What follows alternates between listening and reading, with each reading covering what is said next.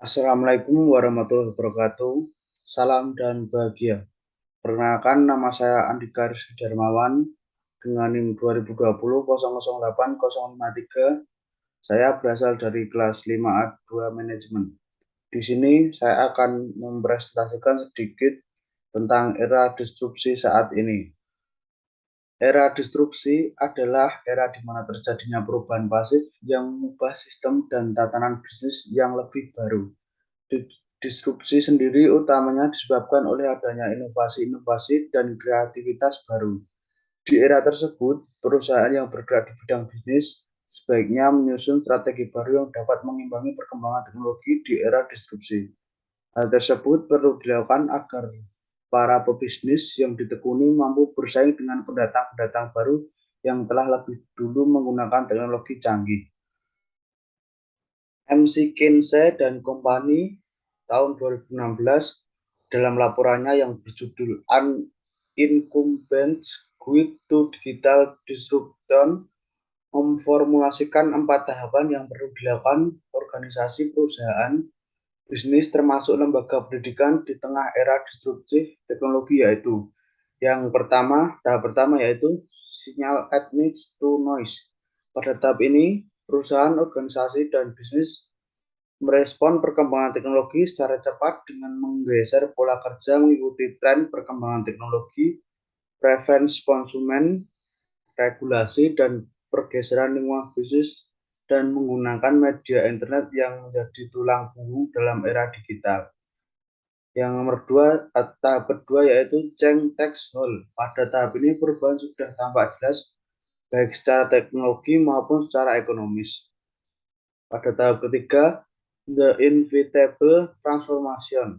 Pada tahap ini, keharusan organisasi, bisnis, dan perusahaan mengakselerasi transformasi menuju model baru. Tahap terakhir yaitu adapting to the new normal.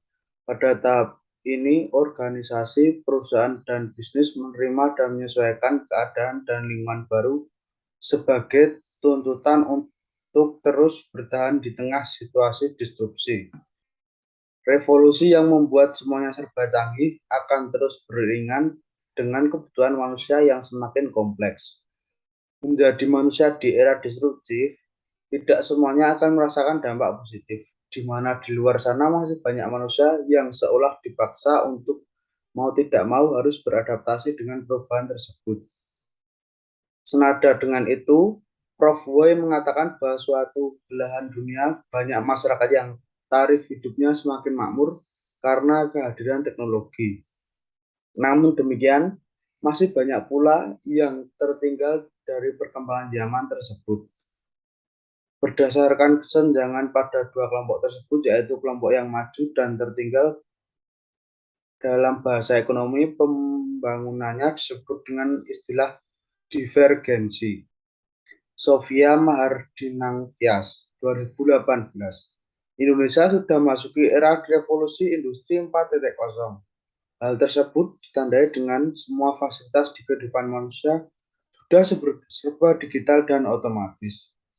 Yang menjadi permasalahan di sini adalah belum semua masyarakat, terkhusus para pelaku bisnis, benar-benar menyadari konsekuensi logis atau dampak dari perubahan tersebut.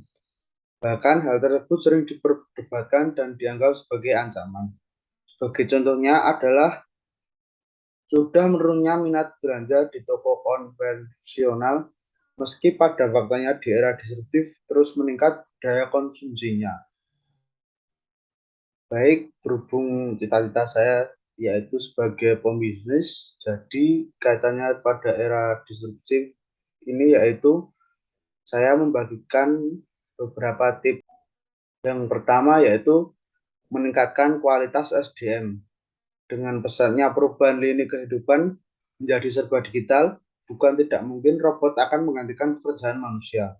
SDM sebaiknya didorong untuk terus belajar dan meningkatkan pengetahuan mengenai teknologi, karena tenaga kerja yang mampu mengaplikasikan dan mengontrol teknologi lah yang mampu terus bergerak maju.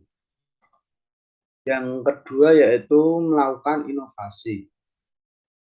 Jadi melakukan inovasi yaitu dengan cara berpikir yang berbeda atau out of the box sehingga mampu membuat terobosan-terobosan baru atau penyesuaian pada bisnis agar lebih sesuai dengan era disrupsi. Trik yang ketiga yaitu adopsi teknologi digital.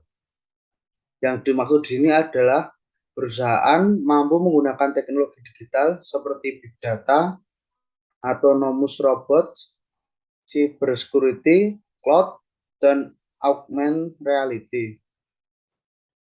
Hal ini sebagai perusahaan dari 3 solusi pintar dalam menghadapi revolusi industri 4.0, smart foundation, smart process, dan smart connectivity. Yang terakhir yaitu bersiap menghadapi perubahan. Jadi yang dimaksud bersiap menghadapi perubahan yaitu mengubah pola pikir dan memiliki kesadaran untuk lebih cepat dalam mengadaptasi perubahan. Jadi seluruh karyawan dalam organisasi harus cepat beradaptasi dengan perubahan.